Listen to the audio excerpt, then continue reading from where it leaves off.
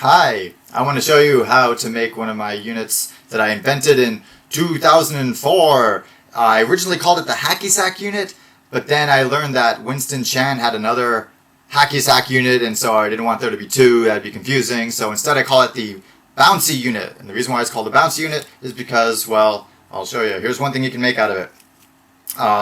This is a very versatile unit. This object here, if you can see it, is made with rhombic dodecahedron symmetry. If you look carefully, there are vertices of degree 3, like this one. See, 3 units coming together there.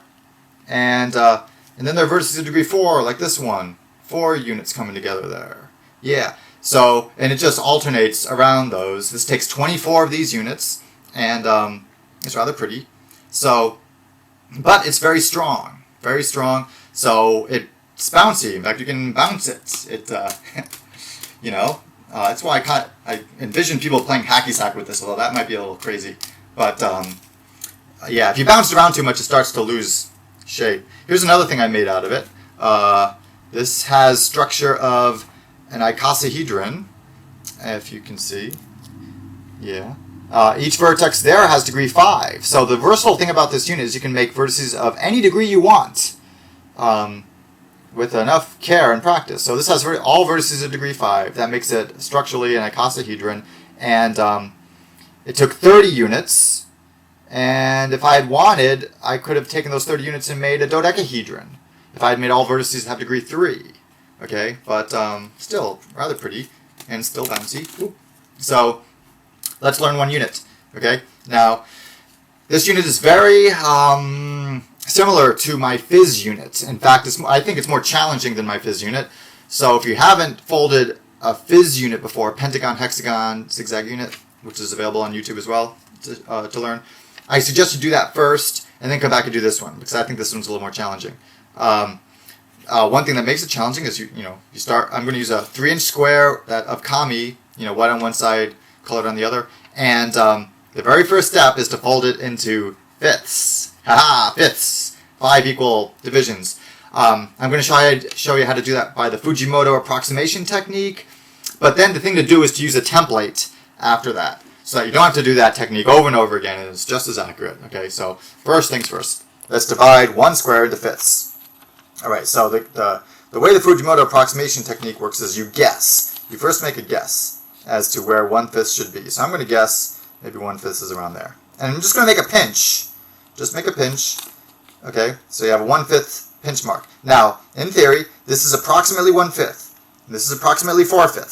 So divide the 4/5 side in half, making another pinch.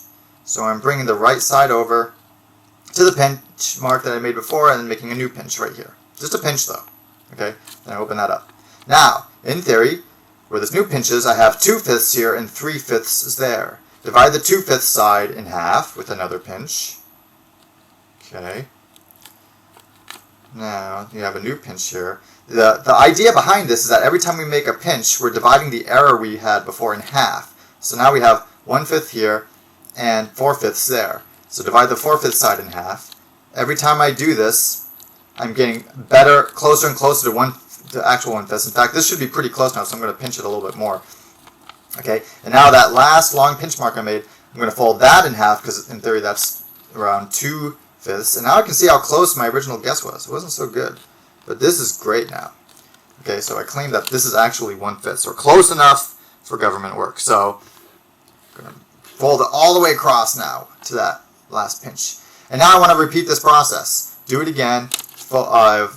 This is about 4/5 here, so I'm going to fold it in half. This time making crease marks going all the way across the paper, not just pinches, and trying to do it accurately because I want to preserve all the work I just did. Okay, there I have 2 lines. This is 2/5 over here, so I'm going to fold it in half. Fold to that crease I just made, ignoring the previous pinches I made, if I can. Okay, then just need to fold this side in half. I have that long pinch mark to guide me here, since that was pretty good. And voila! We have fifths, or really good approximation to fifths. Now I want to accordion pleat this by making it go valley, mountain, valley, mountain. Okay, so I'm going to make it go back and forth because I want an accordion pleat. Okay, and this is how we're going to start each unit, all right? But I don't want to have to do that over and over and over again. Duh. So let's open this up, and keep 1/5 folded. And I'm going to use this as a template. The way you do that, if you haven't done that before, is you hold this down there on the table. You get a brand new piece of paper, and you slide it under your 1/5 mark, and then holding that in place, you fold over to the edge of the paper of the first piece of paper that you have. Okay, just like that. Now that gives us one of these creases for free, and now I can take this and do 1/5 here by taking this side here. It wants a crease right down the middle, so I fold that in half.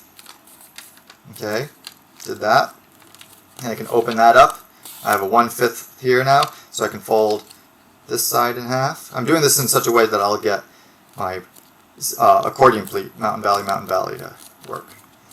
Okay, I have all my creases except for one. This side has to be folded in half, so I'll fold that in half. And then collapse all up, and there's 1/5. And that was a hell of a lot faster than the previous one, okay? So I'm going to fold this one now. Let's see how to do the rest of the unit. Okay, well, yeah, like I said, it's like the zigzag unit. We're going to make very similar creases to that one. So I'm going to take, let's see, what am I going to do?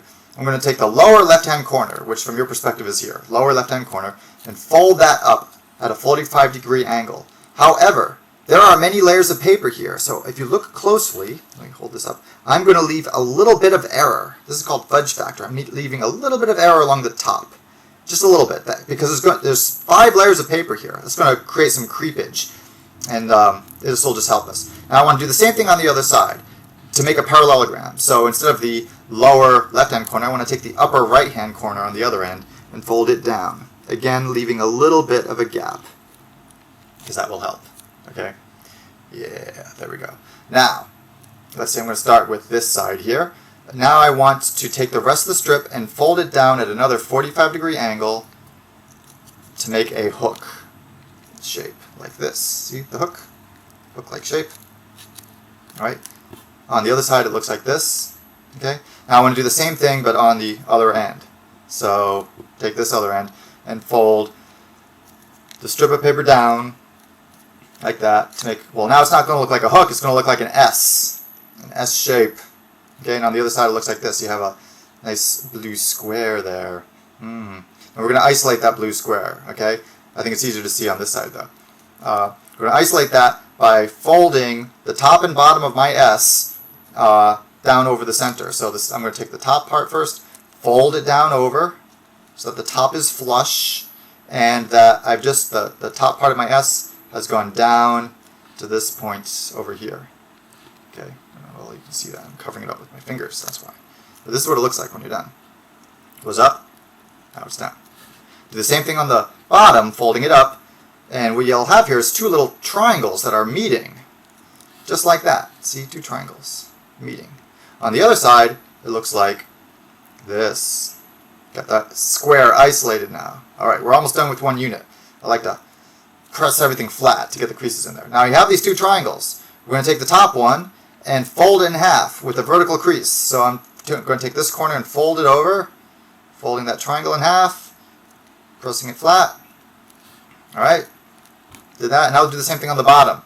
Fold that triangle in half with a vertical crease. And then press it all together. Those 2 triangles now are merging, like that. On the other side we have a nice blue square. We can spread it all open, and we have one bouncy unit. Yes, one bouncy unit. Okay. Ta-da! We're going to make a lot more of these. Go to part 2 of this video to see how to put them together.